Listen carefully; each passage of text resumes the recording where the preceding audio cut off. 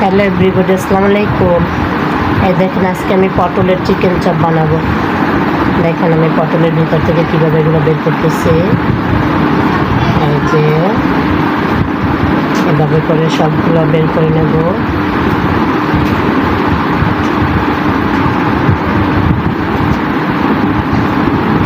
Hello everybody, আসসালামু আলাইকুম। এই দেখেন, আজকে আমি পটলের চিকেন চপ বানাবো।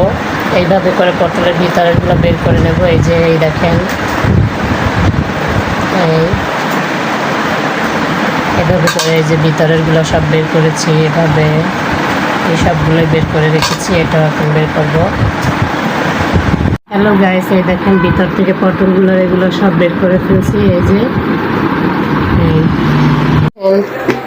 আমি মাংসটাকে একটু সেদ্ধ দিয়ে নেব, একটু হালকা একটু হলুদ দিয়ে, একটু লবণ দিয়ে।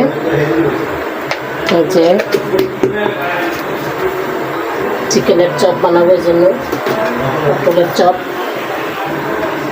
হ্যালো বন্ধুরা, দেখেন এটা আমি ভেষন, আটা, তারপরে হলুদের গুঁড়া, একটু ধনিয়ার গুঁড়া, একটু জিরার গুঁড়া, একটু মরিচের গুঁড়া, লবণ দিয়ে এটা মাখিয়ে রাখছি।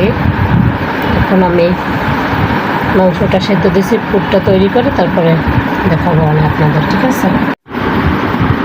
হ্যালো এভরিবডি, দেখেন আমি হলুদের গুঁড়া, জিরার গুঁড়া, তারপর শুকনো মরিচের গুঁড়া, লবণ, কাঁচামরিচ কুচি, এই মাংসটা এই যে এটা পুরটা করে নিয়েছি, মাংসটা ভেঙে নিয়েছি।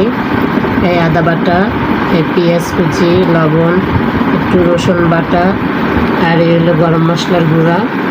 এইগুলো এখন আমি সব ম্যাশ করব, তারপরে পটলের ভিতরে ঢুকিয়ে তারপর ভাজবো। এই দেখেন এটা মাখানো হয়ে গেছে। এখন আমি এটাকে তেলে ভাজবো, একটু সয়া সস দেব, এই টমেটো কুচি দেব।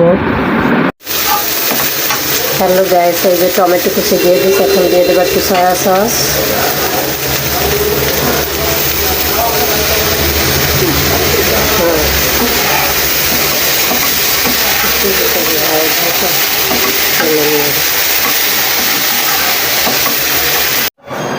এই দেখেন পটলের দুই সাইড এইভাবে করে দিয়েছি, দেখছিলেন? সব ভিতরে ভরে দিচ্ছি, এইগুলা ভিতরে ফুলগুলা ঢুকিয়ে দিচ্ছি প্রত্যেকটা। এই যে এখন ভাজবো তেলে, বেসন মাখাইয়ে তারপর। হ্যালো ডিয়ার, এই দেখেন পটলের চিকেন চপ হয়ে গেল তৈরি।